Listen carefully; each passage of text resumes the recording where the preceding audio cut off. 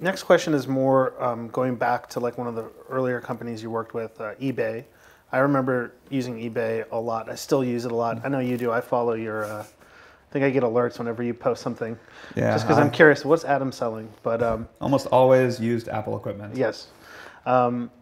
So I'm wondering, like, I read a stat somewhere that most of the listings out on eBay are buy it now. So it's kind of moving away from the auction. And eBay's a great company doing really well.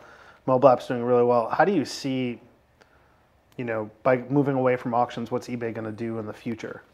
Actually, I follow eBay closely because I love eBay.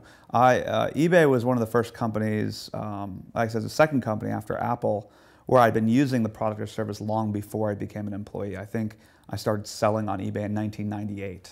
Right? I thought it was magic. You take this used piece of equipment, and it was like literally turning trash into gold. Right? It was like the alchemist's dream.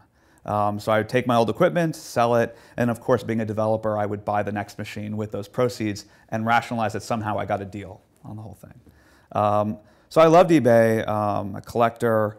Actually, that change happened long before. People don't realize it, but in 2004, eBay had launched a revitalization of their stores product. And all of a sudden, they became very quickly the biggest online store provider. I'm talking tens of thousands, even 100,000 plus stores filled with fixed price inventory.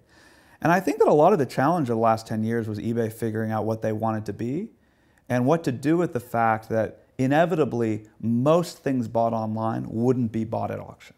Right? It sounds obvious to say that, but that actually is a very interesting point for a company. Do you become the best auction company in the world? Or do you want to be the best company in e-commerce? And even if you want to be the best company in e-commerce, is that only shopping? Does that include payments? Does that include offline commerce as well? So I think that eBay went through a lot of struggle in the middle of last decade figuring out what they wanted to be when they grew up. And there were a lot of debates about it. I have a passion, I actually think that there's a huge opportunity now for someone to go where eBay isn't going, which is using all the social community knowledge that we've gained in the last 10 years to really build a great site again for collectible communities, right? Because that's not eBay's focus anymore. John just gave a speech as he does the quarterly earnings. eBay now doesn't even just look at their marketplace or payments, they're looking at how much commerce they power. They're talking about hundreds of billions of commerce powered by eBay technologies. And when you're looking at that, you're asking, well, where's the next 100 billion gonna come from?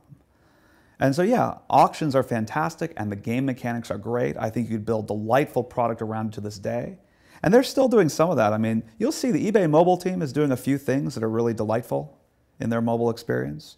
But that's not their focus as a company. Their focus as a company is to be the best company possible to power commerce. Not even e-commerce, but commerce.